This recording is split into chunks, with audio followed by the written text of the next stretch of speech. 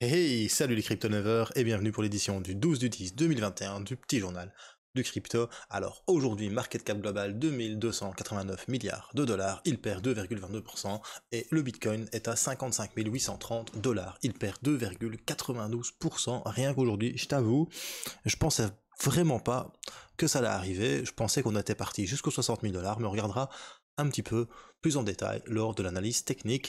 On a l'Ethereum qui perd 1,62% à 3498 dollars. On a le Binance Coin par contre qui repasse devant Cardano, la petite Ethereum de mon cœur, avec une hausse de 5,89% à 438,14 dollars. Nous avons Cardano qui perd 1,82 et 2 milliards face à Binance. On a le Tether en 5e position, XRP qui perd 4,13%, Solana qui gagne 2,22% à 148,42 dollars, USD Coin passe en 8e position, suivi du Polkadot de Magicware qui nous fait un petit 1,93% en moins à 33,75 et le Dogecoin qui est toujours dans le top 10 à 0,22 dollars 30 et il perd 3,49%. Notons qu'il n'y a pas beaucoup de cryptos qui sont dans le vert aujourd'hui. Il y a quand même Axie Infinity, on a, si on continue de descendre, on a le Tezos qui est dans le vert, on a PancakeSwap qui est dans le vert, on a le Waves qui performe, qui fait 13,44%, il a fait un beau petit pump, ça fait super plaisir, c'est la première crypto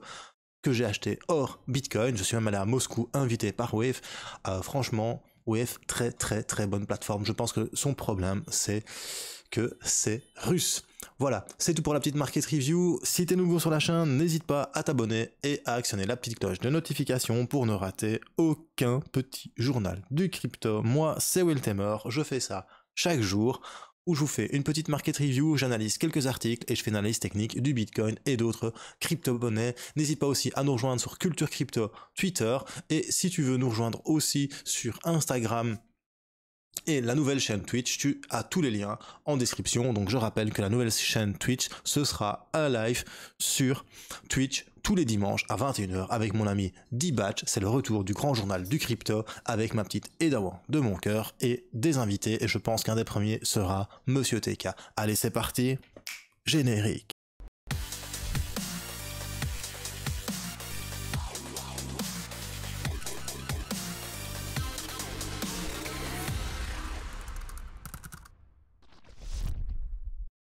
Alors la première news du jour, ladies and gentlemen, c'est Binance qui lance un fonds de 1 milliard de dollars pour les projets développés sur la Binance Smart Chain. Ce fonds va contribuer à soutenir la croissance de la Binance Smart Chain et de Binance. Pourquoi? Parce que de plus en plus de blockchains de couche 1, tu sais, il y a Polygon qu'on appelle Layer 2 qui accélère les transferts sur Ethereum. On va dire que les blockchains de couche 1, il y a Binance, Bitcoin, Ethereum et les blockchains natifs.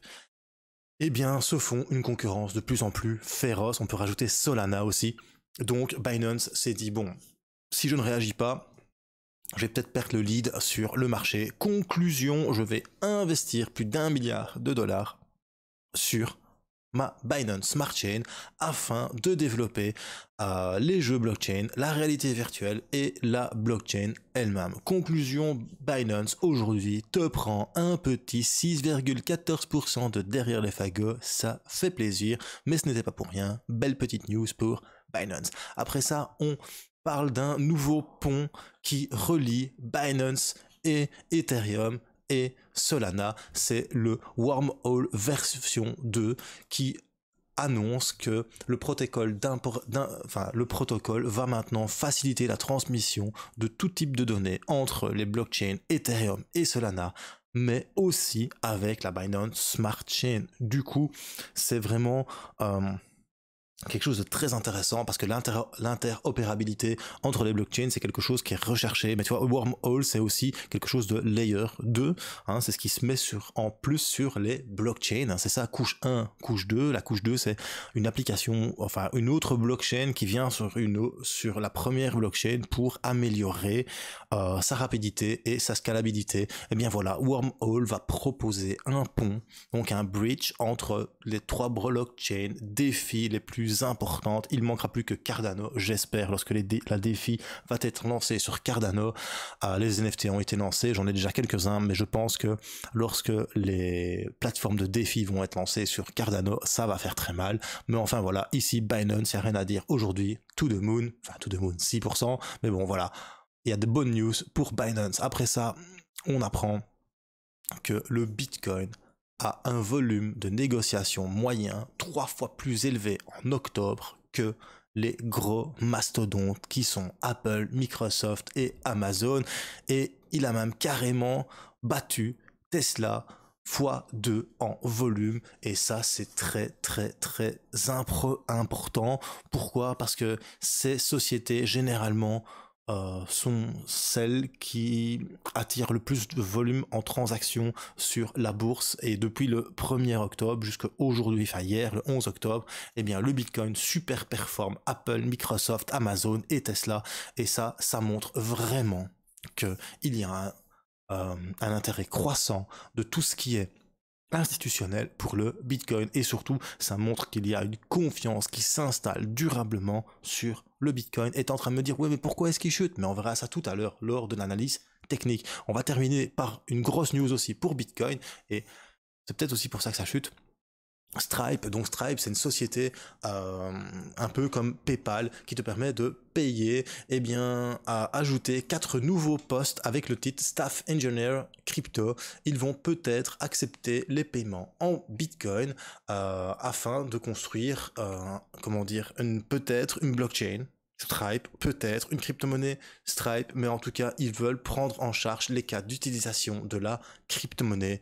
Bien évidemment, je pense que une société comme Stripe peut bien évidemment apporter encore de la visibilité en plus, un peu comme PayPal l'a fait, aux crypto-monnaies, aux commandes mortelles, parce que n'oubliez pas, nous ne sommes pas non plus des milliards à utiliser les crypto-monnaies, donc plus de grosses sociétés type Stripe, PayPal vont utiliser les crypto-monnaies, vont s'intéresser aux crypto-monnaies, plus les gens vont être éduqués et vont être instruits sur la blockchain, et aussi vont savoir que les crypto-monnaies existent et que la blockchain existe et que c'est un moyen très lucratif et surtout un moyen liberticide et libertaire de posséder sa propre valeur, et ça c'est le plus beau. Conclusion, encore une belle news pour l'écosystème des crypto-monnaies. Voilà, c'est tout pour les petites news. Maintenant, on va passer à l'analyse technique du Bitcoin. Mais avant toute chose, j'aimerais remercier toutes les personnes qui, pendant ces mois de vacances, ont commandé des t-shirts Choose Life, Choose Freedom, Choose Bitcoin. J'ai vendu aussi des casquettes Crypto Lover, des mugs Crypto Lover. Et grâce à vous, parce que je vous le disais, que je voulais m'acheter un appareil photo numérique, j'ai effectivement acheté un Canon 6D avec un objectif 24-105. Donc grâce à ça, je vais pouvoir vous faire des vidéos où vous allez me revoir, hein, comme je faisais avant, des vidéos de trading, des vidéos mindset, des vidéos surtout des vidéos, d'analyse fondamentale de crypto-monnaie, et aussi ma petite Eda Wang, donc ma femme, va refaire des vidéos pour les débutants et pour aussi vous expliquer des petites anecdotes par rapport à l'écosystème et vous raconter des petites histoires sur la crypto-monnaie. On avait vraiment envie qu'elle participe, et du coup on va pouvoir faire ça, et ça c'est grâce à vous, grâce à votre soutien sur la boutique Culture Crypto, et je tiens vraiment à vous remercier. Pourquoi encore aujourd'hui? Parce qu'aujourd'hui j'ai reçu les micros pour pouvoir capter le son. Conclusion, je vais vous préparer des petites vidéos, et ça va faire super plaisir, et j'espère que ces vidéos vont vous plaire. Allez, c'est parti pour l'analyse technique du Bitcoin. Alors, on voit que le Bitcoin, hier, comme je vous en parlais, il a breakout le triangle baissier. Malheureusement, si tu vas sur la dominance, BTC-D, je vous avais expliqué que sur du daily, il fallait qu'on vienne péter la moyenne mobile 200 périodes sur du daily, et malheureusement, la moyenne mobile 200 périodes a résisté. Donc tu vois que la dominance Bitcoin n'a pas réussi, donc ça ici c'est le cours dominance Bitcoin, n'a pas réussi à venir passer au-dessus de la dominance, de la moyenne mobile 200 périodes. Comme je vous expliquais hier, si on avait réussi à passer la moyenne mobile 200 périodes, il y avait une forte probabilité de chance qu'on arrive aux 60 000 $. Pourquoi? Parce qu'on avait ici une dominance à 47,5 en dernier, plus haut, et alors le prochain plus haut était à 49,24. Et lorsque tu analyses un petit peu les 49,24 sur ton cours du Bitcoin, eh bien, on pouvait s'attendre à un Bitcoin à 60 000 $. Malheureusement, comme tu peux le constater ici sur du daily, on n'a pas réussi à casser la moyenne mobile 200 périodes. Conclusion, ça se paye cash, direct. Le Bitcoin, pardon, je me trompe. Voilà, je me remets sur du H4. Voilà, ici, voilà. Malheureusement, le Bitcoin, eh bien, à ce moment-ci, il n'a pas réussi à casser la moyenne mobile 200 périodes, donc il s'est pas dirigé vers le précédent plus haut qui était là à 59 514 $. Du coup, c'est rectin, mon gars. C'est comme ça que ça se passe dans le trading. Tu ne réussis pas à atteindre un objectif. Les vendeurs perdent la main. Tu le vois ici avec ce doji d'hésitation. Donc, hop, si tu mets doji sur internet, hop, voilà, tu mets image. Ceci, les doji, eh bien, généralement, quand tu as un doji comme ceci, un petit peu un evening star ou un morning star, ça dépend où il se trouve, eh bien tu vois que après une montée, ça redescend.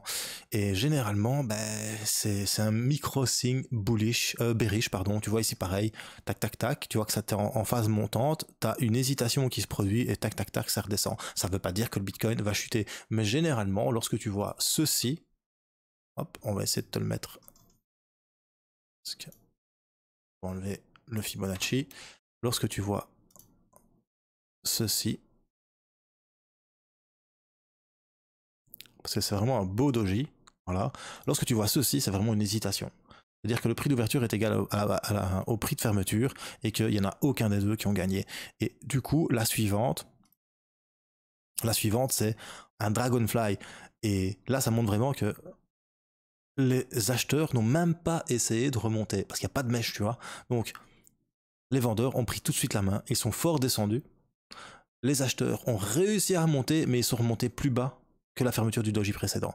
Et ils sont même pas réussi à imprimer une mèche. Il y a une micro-mèche. Donc ça montre vraiment qu'ils ont perdu la main. Et du coup, voilà, tu vois vraiment que après, ça a chuté.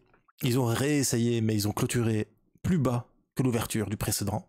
Du coup, ça montre encore qu'ils n'ont pas assez de puissance pour revenir dans la partie. Donc un haut plus bas que le précédent, deuxième, troisième, quatrième, recta, ça casse. Malheureusement, la résistance ici, formée par ces deux précédents plus hauts, n'a pas tenu le coup. Je pensais que ça allait peut-être faire un rebond sur la résistance et repartir. On voit que ça vient d'être défoncé maintenant. Voilà, maintenant il reste quand même 1h25 avant que cette bougie se clôture. Si on clôture au-dessus et que ça rebondit, il y a peut-être une possibilité qu'on vienne repartir vers le haut. Par contre, si on clôture plus bas, il y a une forte chance, et une forte probabilité qu'on vienne tester ici, quelque part, comment dire, le bas et l'oblique du triangle rectangle, donc du triangle haussier. Problème, c'est que si on vient tester ceci et que on est en concordance avec la moyenne mobile 50 périodes, quelque part là, ça peut vraiment être sympa. Par contre, si on vient casser l'oblique et qu'on vient rencontrer la moyenne mobile 50 ici et qu'on la casse, il y a de fortes chances qu'on reparte un petit peu à la baisse sur du court terme et qu'on vienne rechercher peut-être quelque part ici la moyenne mobile 100 périodes et on viendrait reprendre peut-être ce précédent plus haut ici quelque part au 51 800. Maintenant ça ne veut pas dire que ça va le faire, mais bon voilà. Personnellement je m'y attendais pas. Maintenant, comme je vous avais expliqué hier, bien évidemment, il fallait que le Bitcoin sur du daily récupère la moyenne mobile 200 périodes ici pour venir chercher les 47,49% sur la dominance. Conclusion, là maintenant, on va voir, est-ce que la moyenne mobile 100 périodes pour la dominance va tenir bon? Parce que tu vois, on l'a cassé une fois, on est redescendu, on l'a reprise une deuxième fois, on est redescendu, ça a rebondi, on l'a reprise. Est-ce que maintenant ici, il va reprendre une troisième fois pour essayer de la recasser et venir chercher la 200 périodes pour pouvoir faire repartir le Bitcoin vers le haut et rebondir sur l'oblique du triangle haussier, hein, parce que tu vois, quand tu fais de l'analyse technique, c'est pas juste le cours du Bitcoin qu'il faut analyser, c'est plein d'autres choses, plein d'autres composantes qui font que tu peux déterminer plus ou moins à moyen et court terme le prix du Bitcoin. Tu vois, ici personnellement, je pensais vraiment qu'on allait venir chercher les 60 000 $. si bien sûr on cassait la moyenne mobile de 200 périodes en dominance du Bitcoin. Voilà, c'est tout pour le Bitcoin et son analyse technique. J'aimerais remercier quand même avant tout le monde, toutes les personnes qui m'ont mis des commentaires hier sur la vidéo, ça fait super chaud au cœur, je n'ai vu que des enfin le retour, ça fait plaisir de t'entendre Will, c'est vraiment top que tu sois revenu, ça me fait super plaisir. Voilà, j'ai pas fait énormément de vues sur la vidéo d'hier, c'est normal, ça faisait un mois et demi que je n'avais rien fait, mais en tout cas merci à tous ceux qui sont là, tous ceux qui me soutiennent, merci à tous. Et si t'as bien aimé, un petit pouce bleu, si t'as pas aimé, un petit pouce rouge, mettez des commentaires. Ici, je vais terminer de répondre aux derniers commentaires de la vidéo d'hier. Et surtout, bro, n'oublie pas, comme j'aime à le dire, choose life, choose freedom et choose Bitcoin. Peace.